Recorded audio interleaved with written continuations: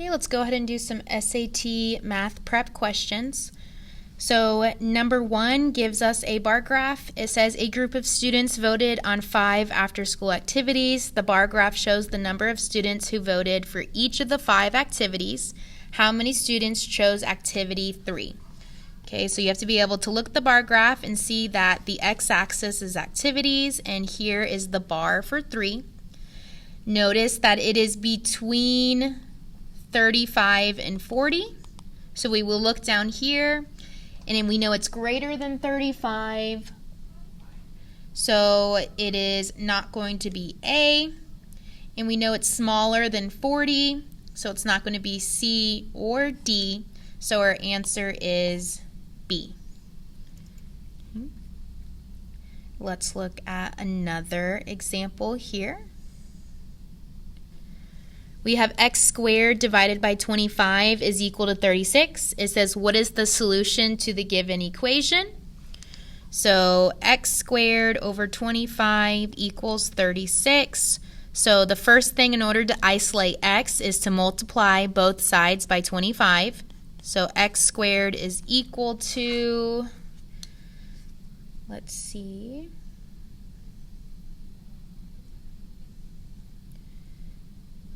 25 times 36, so that's 900. Okay, then to get rid of the square, we take the square root of both sides. So this is x is equal to, and the square root of 900 is 30. So B would be our answer. Okay, let's look at another one. It says, what percent of 300 is 75? So we're trying to find a percent, and we know a percent is typically out of 100. Okay, so x divided by 100 is equal to 75 out of 300. So this is called a proportion. We're trying to find what percent is 75 out of 300. So I put the number 75 over the total 300 and set it equal to x over 100. So right away, you can cross off D because that is larger than 100.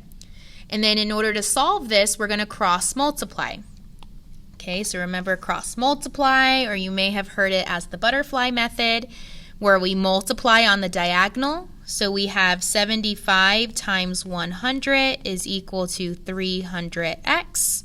So this is 7,500 is equal to 300x. Divide both sides by 300. Let me just do this on my calculator.